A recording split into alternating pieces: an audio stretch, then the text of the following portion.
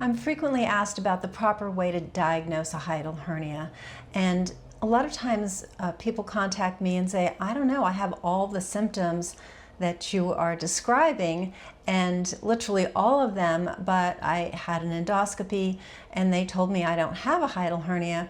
What does that mean? So let's jump into it and discuss. So an endoscopy is the most common way to diagnose a hiatal hernia. However, it has its limitations and they're quite significant.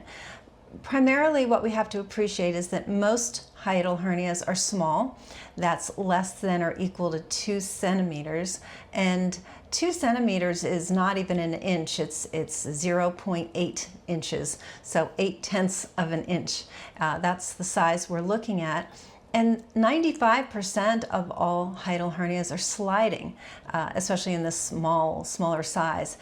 So they're moving up, they're moving down. And because of that, the endoscopy, which is really the most common way that they're used to be diagnosed, they miss it 40 to 50% of the time. So you're almost at a coin toss whether they're going to find it or not, since it's approaching 50%. So studies are saying 40 to 50. So that's a pretty significant issue with missing them.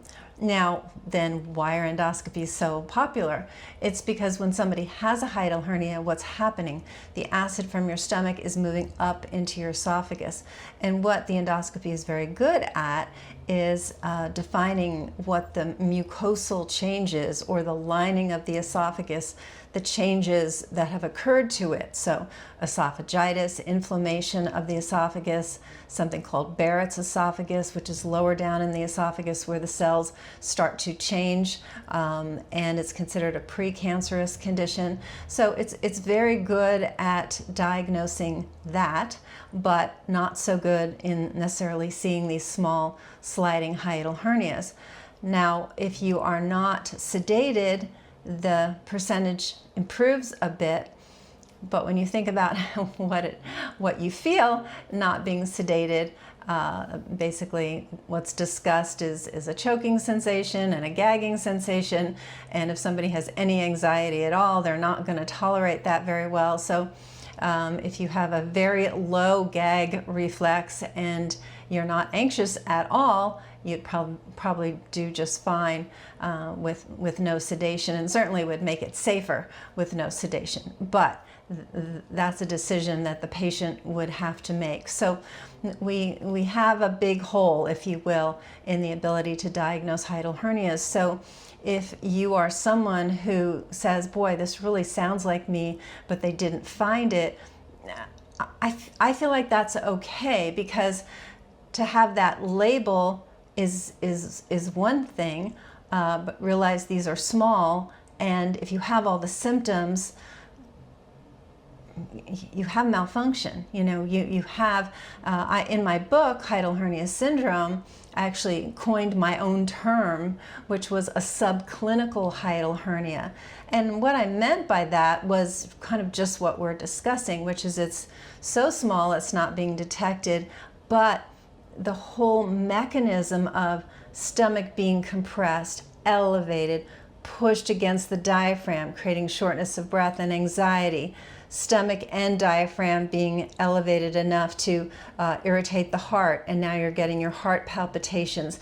So the whole mechanism of what happens in hiatal hernia syndrome is still occurring, and ultimately what we're talking about here is you have symptoms of malfunction and irritation, and those can be normalized whether they find it or not. And I hope that makes sense. I hope I'm describing that well enough, because it's not normal to have all these symptoms. And that's what I'm hearing from patients is like, boy, I know I have some degree of reflux, and I have the shortness of breath, I have the anxiety, I have heart palpitations, I have constipation, I have gas, I have bloating, or some combination of those.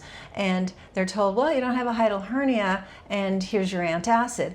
It's the same problem as if, yes, you have a small hiatal hernia and here's your antacid. It's no different. We still have to go to work on why. What's the root cause?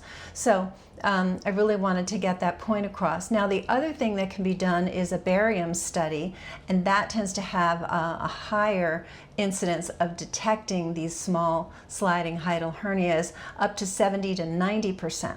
So that sounds good, but there, there's always pros and cons. So it's better because it's a live swallow. They're watching you swallow, so it's easier to detect that widened opening between your esophagus and your diaphragm. But the liability is that it won't as well detect those mucus changes, the mucosal layer changes, which is just that surface layer of your esophagus. It's not going to find as well the esophagitis or the Barrett. So I understand why people, doctors opt more toward the endoscopy as their go-to, even though, they're missing that diagnosis a good portion of the time. Plus, barium can get solid. It's a very thick, solid substance, and apparently you can get an impaction in the colon if you don't really get it out of your system very quickly. Another risk is you can aspirate the barium. You can also, in an endoscopy, aspirate your stomach contents. Everything has some degree of risk, of course, but I think the important thing I wanted to get across is that don't think there's nothing you should do just because you're not given a label, of hiatal hernia. What's your body doing? What's the malfunction you're experiencing? Let's get to the root cause of that and figure it out. Doesn't matter what the label is. It's that we have malfunction. And can you have acid reflux and all these other symptoms and not have a frank hernia? But remember, 95% are sliding, so they're up and down. But can that occur and you really just don't have a hiatal hernia yet? And I think yet is the operable word here, because with all that pressure and the elevation of the stomach, it's just not yet. It's getting there, right? It's a process over time. So I think the biggest thing to focus on is, why do I have these symptoms? What's the underlying root cause? And let's fix it now before it worsens, before it becomes, a bigger detectable hiatal hernia. So hopefully that answered the question. And if you enjoy the video content on this channel, please subscribe to the channel. More subscribers mean more people get to see the content, and I'm really trying to help people to improve their lives and feel their best selves. And way too many people are suffering with ill health, and we're trying to improve upon that. Give it a thumbs up. I do read and comment on all my comments from you, and I very much appreciate you for being here, and I look forward to hearing from you.